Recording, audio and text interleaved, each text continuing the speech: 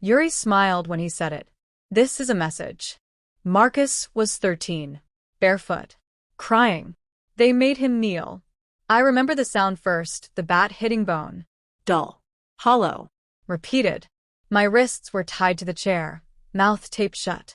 He screamed for me. I pulled against the ropes until my skin tore, until my blood ran slick down my hands. I tried to breathe through the rage, tried not to let him see the life leave our son's eyes. When Marcus fell silent, my wife's heart gave out.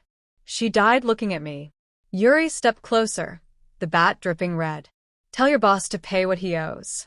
He thought I was just an accountant, a harmless man in a quiet neighborhood. He didn't dig deep enough. When the door closed behind them, I sat in the silence, surrounded by ghosts.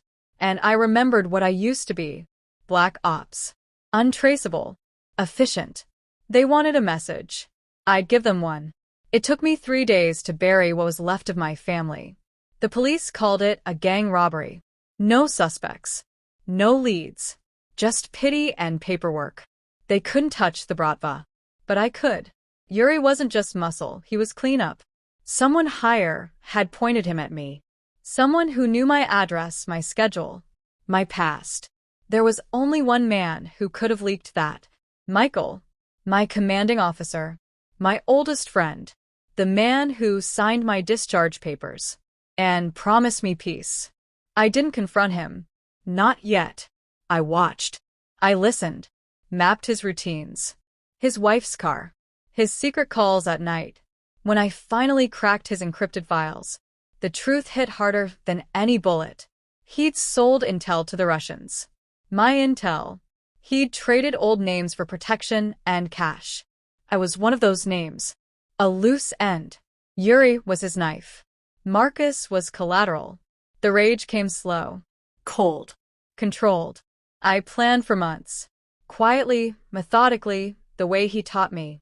Then one morning, I walked into his office. He looked up, smiled. Jesus, you look like hell. I heard about your family. I placed a flash drive on his desk. Save the sympathy. He plugged it in. Wire transfers. Messages. His name, his signature. The payment order to Yuri's crew. Color drained from his face.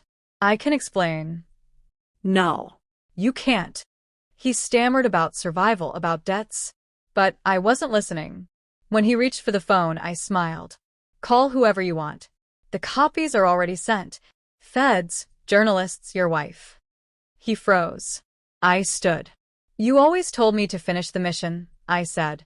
So I did. That night, he came to my house. Pounding, crying, begging. I let him in. Let him see the living room where Marcus died. The chair's still there. The rope still tied. You can't do this, he said. You'll destroy me. You already did that. He broke down. I was desperate. They had leverage. I understand perfectly, I said. You chose you. I handed him a small box. Inside, Yuri's watch, taken from his wrist 2 weeks earlier. I returned your message. He didn't ask how I found Yuri. He didn't need to. By morning, his world burned. Every secret, every betrayal, exposed. 6 months later, Michael's in prison. The Bratva scattered. Yuri's name erased from every record that mattered. My house is quiet again. Too quiet. I visit Marcus's grave sometimes. Bring his baseball glove, his comics, a small carved soldier. I tell him the truth. Justice isn't real. There's only balance. And sometimes even that costs too much. People ask how I'm doing. I tell them I'm healing. But healing isn't the right word. You don't heal from watching your world break. You just learn to live inside the fracture. And once you've killed every version of yourself that could still feel pain, all that's left is quiet.